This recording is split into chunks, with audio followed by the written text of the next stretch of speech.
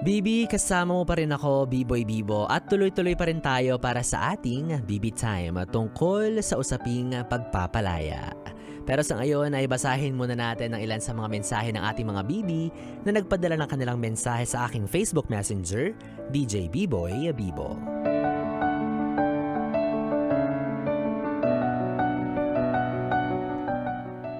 Sabi ni Carla, "Hi DJ B-Boy, minsan talaga ang pagpapalaya parang pagbubukas lang ng panibagong tiyan sa sarili mo na magmahal ulit ng iba. Kasi kung mai-stuck ka sa isang tao, hindi mo malalaman kung para ba talaga kayo sa isa't isa." Wow. Natawa naman ako dito, Carla. Okay na sana, Carla eh. Oo, naniniwala na ako sa iyo eh. Medyo credible ka ng pakinggan para sa akin, pero bakit naman parang sinasabi mo na gusto mong itry muna lahat para lang masabi mong yan na yung true love mo? Ano na te, hanggat hindi mo nasusubukan lahat, hindi ka titigil, ganon. Gusto mo matikman mo muna lahat. Siguro maganda to si Carla, no? Kaya para sa kanya convenient ang maghanap at tumikim at sumubok ng kung sino-sino lang. Grabe ka, Carla. Patiin niya ako ng pagmumukha mo na yan. Papaserox natin yan, papagaya ko yan. Pero totoo rin na kung titignan mo on a positive perspective, posible nga naman, 'di ba, na may chance. Kasi marami akong kakilala na na ang saya-saya niya na sa isang tao, okay na siya. And then suddenly may isang pangyayari na kailangan nila maghiwalay. And then right after that breakup, nakatagpo siya ulit ng panibagong magmamahal sa kanya. Tapos yun ay nakatuluyan niya.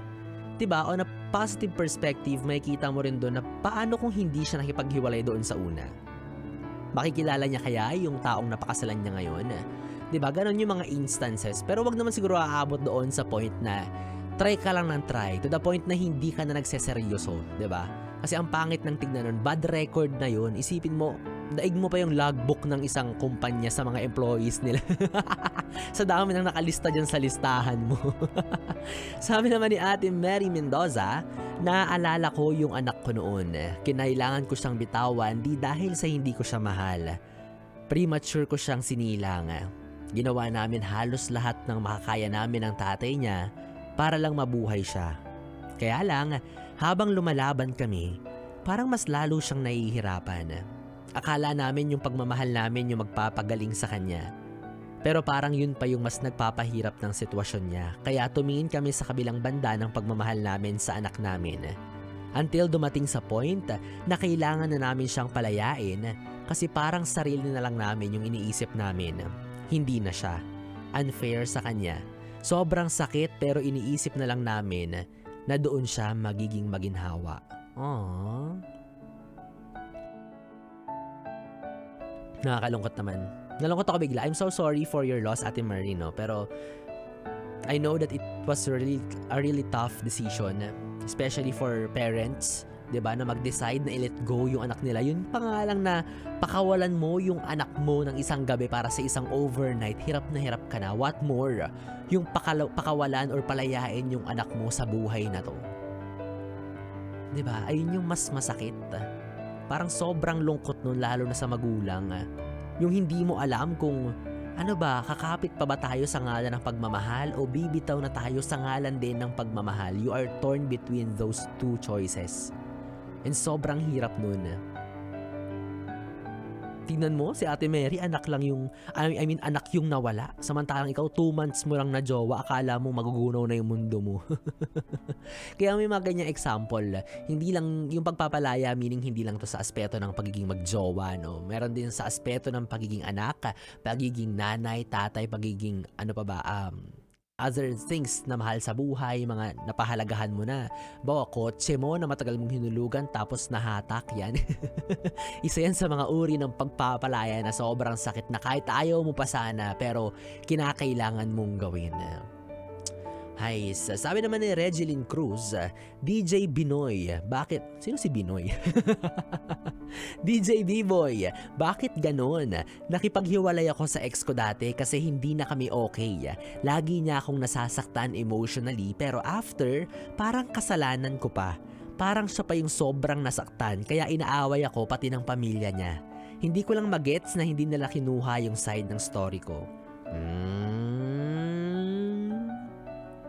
Pa-victim si kuya mo. Kunyari, siya yung nasaktan kahit siya naman talaga yung nagloloko.